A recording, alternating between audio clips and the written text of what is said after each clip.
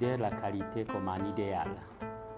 Mais au niveau du secteur de l'éducation, nous considérons la qualité comme un objectif. C'est un objectif et pour atteindre un objectif, on essaye d'adopter une approche méthodologique que l'on juge la plus appropriée. Et pour le cas précis, bon, c'est un peu complexe. Hein? Comme le disent les Français, il faut sauver l'indispensable avant l'essentiel. Mais ce qui est indispensable paraît essentiel et vice-versa. Donc, pour nous, en considérant le contexte actuel, les défis qui se présentent et qui nous bloquent pour atteindre cette qualité que nous considérons comme un objectif, on priorise d'abord l'encadrement.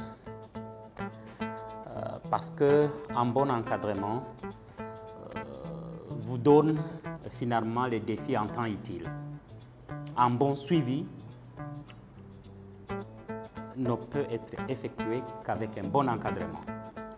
Et donc pour nous, bien que la qualité soit supportée par un certain nombre d'aspects, notamment disons la qualité même des offres de formation, bien que la qualité soit supportée par la qualité du matériel didactique qui est là pour supporter ces formations, et bien que la qualité soit supportée par la qualité des enseignants même pour animer ces offres de formation avec ce matériel didactique, nous disons que le défi d'encadrement, c'est le défi majeur auquel il faudrait s'attaquer en priorité pour pouvoir, avec le minimum, avec les offres de formation déjà disponibles sur place, avec le minimum de matériel didactique que l'on a déjà, avec les enseignants que l'on a, avec un certain niveau d'encadrement, on pourrait progressivement, disons,